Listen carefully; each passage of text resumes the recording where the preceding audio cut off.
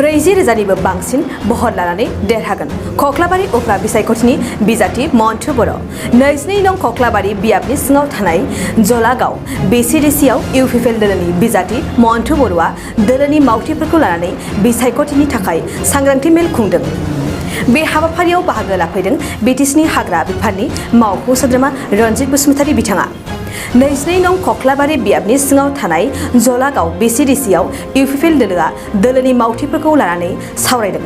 बे हाबाफारियाव बाहागो लाफैदों BTCनि हाग्रा बिफाननि मावफुं सोद्रोमा रन्जित बसुमतारी बिथाङा खौसे जायोब्लासो जौगानाया फैगोन हारिया जौगागोन होननानै खौरांगिरिनि सिगाङाव फोरमायो। फै जों आबुङै मिन्थिनि। फैगौ 8 जुन खालि बिसायख'थिया जागोन नैबे 22 नं कक्लाबारिनि उफ्रा बिसायख'थिया UPPL नि बिजाथि महरै आरो UPPL दोलोनि BJP दोलो आरो GSP दोलोनि जि मित्रजोंनि जि बिजाथि बे बिजाथि महरै आं रायजोफोरनि गेजेराव हाबगासिनो दं। थारैनो जोबोद मोजां मोनसे मददखौ आं नुदों। आगोल MCLA आरो MLA जि इलेक्सन बे इलेक्सननिख्रुइ देग्लायनि इलेक्सनखौ आं जोबोद बांसिन मोजांसिन नुदों। रायजोफोरनि जिखिनि मदद आरो सांग्रांथि बे सांग्रांथिखौ जों रोखा रोखा नुनो मोनदों आरो फारसेथिं जिखिनि आगुआव जिखिनि जालांनाय जाथायफोर बे जाथायफोरखौ गोसोखांनानै सोरबा सोरबा नर्मेलि मोनसे सिचुएशन फैनायनि जाहोनाव मोनसे गोजोन थासारि फैनायनि जाहोनाव बिथांमोना UPPL दोलोखौ मदद होनो थाखाय गोबां गुबुन गुबुन हारिनिफोरजों लोगोसे बर' हारियाबो ओंखारबोदों आरो नाथाय हाग्रामा महिलारि बिथाङाबो नोंथांनि समस्थियावनो गिदिंनाया खम नङा बिथाङाबो गिदिंबाय थादों माबा मोनसे फोरमायगोन नामा?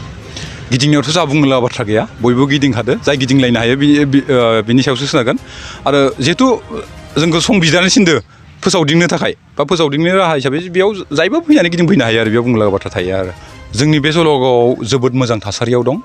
थांनाय MLA इलेक्सनाव टटेल 11टा बुथ पलिं स्टेशननि भितराव जों मोनथामल' पलिं स्टेशनाव खमसिन मोन्दोंमोन।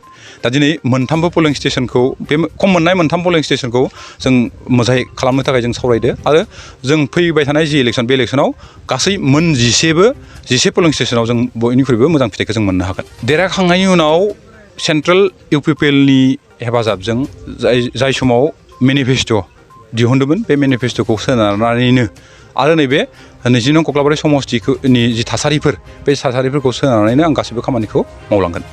भट मोननायाथ' बेसेबां मोनगोन बेसेबां मोननायखौ बुंनाया गोरोन्थि जागोन होननानै आं सानो अब्लाबो नोंथांमोना सोंथारबाय जिहेतु आं 40,000नि सायाव मोनगोन होननानै आं सानो।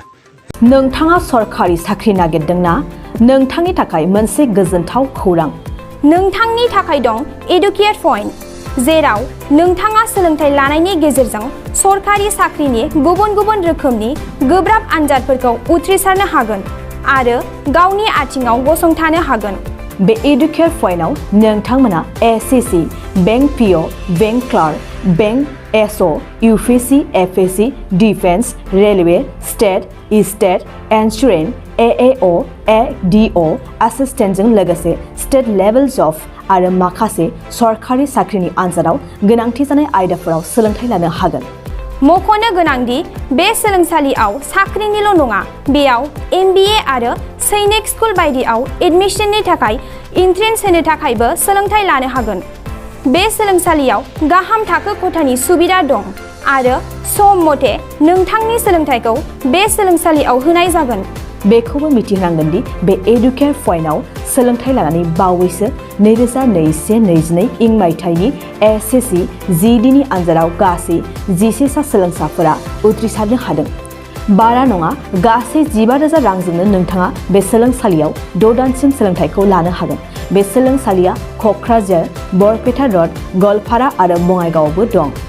क'क्राझाराव सोलोंथाइ लानो गोसो गुदुं जानाय सुबुंफोरा 700-226-133 9101-536360 700-226-133 9101536360